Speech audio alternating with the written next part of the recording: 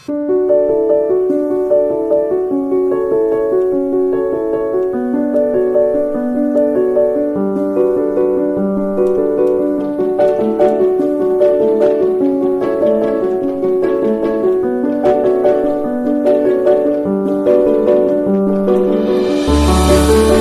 teman-teman, apa kabar? Kita semua tahu ya, di zaman sekarang ini, belanja online itu udah kayak napas. Klik, bayar, besok barang udah di depan rumah. Gampang banget kan?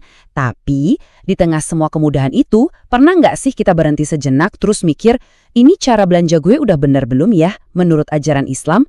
Nah, kali ini kita bakal kupas tuntas bareng-bareng. Oke, langsung aja ke pertanyaan paling dasar.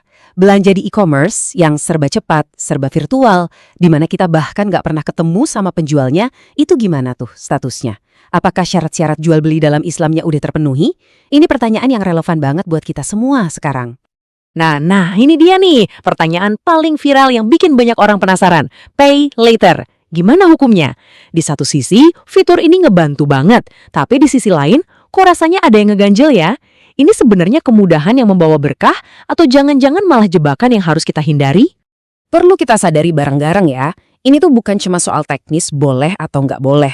Ini jauh lebih dalam dari itu. Ini tentang gimana caranya kita sebagai muslim menjaga iman dan prinsip kita di setiap klik dan setiap transaksi di tengah dunia digital yang semuanya serba instan.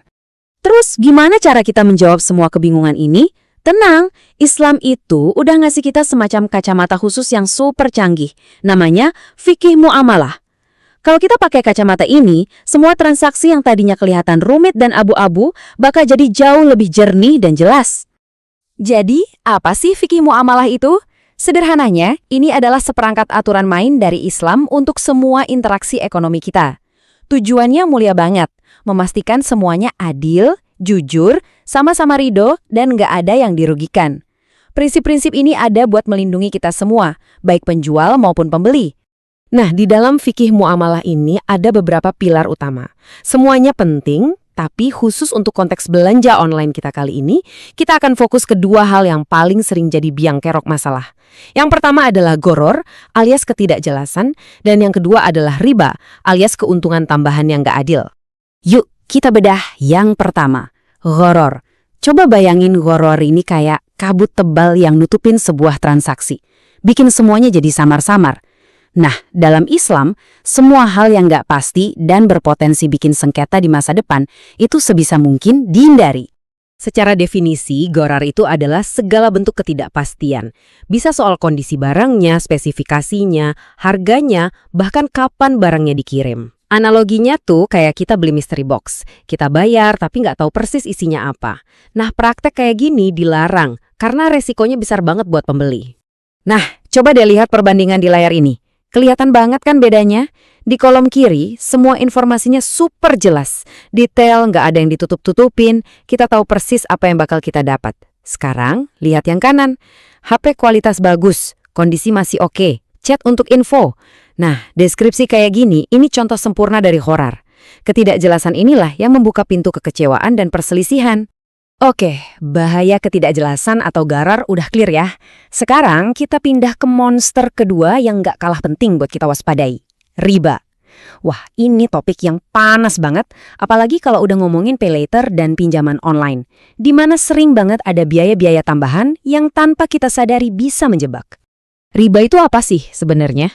Gampangnya gini, riba itu setiap tambahan yang disyaratkan dalam transaksi utang piutang.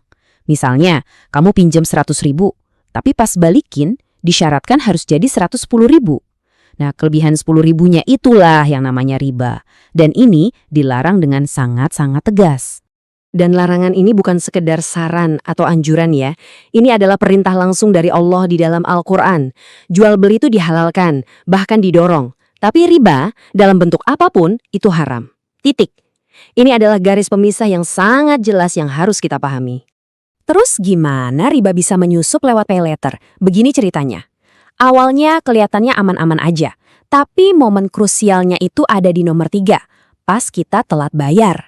Disitulah biasanya muncul denda yang dihitungnya pakai persentase dari total utang.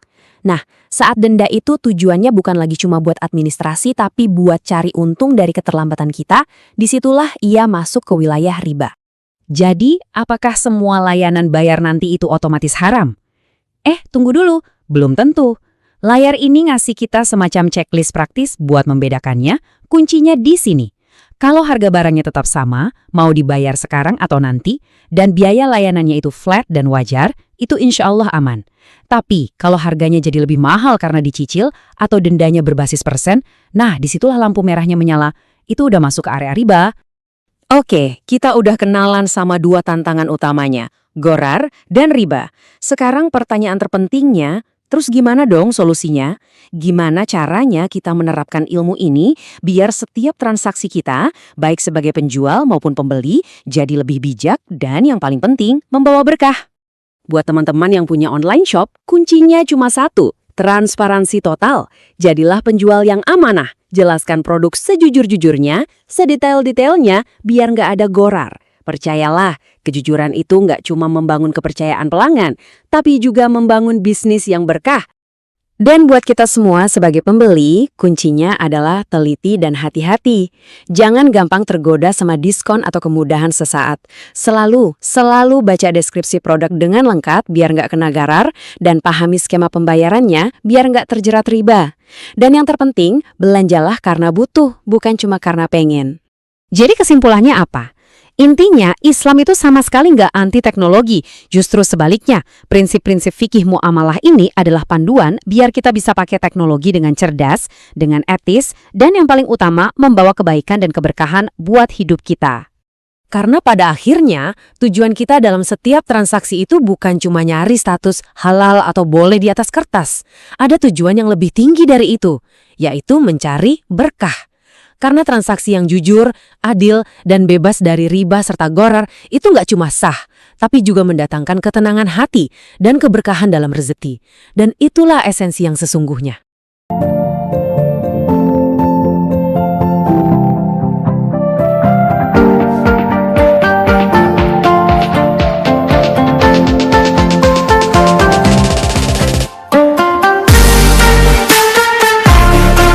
Terima kasih telah menonton Sobat Online.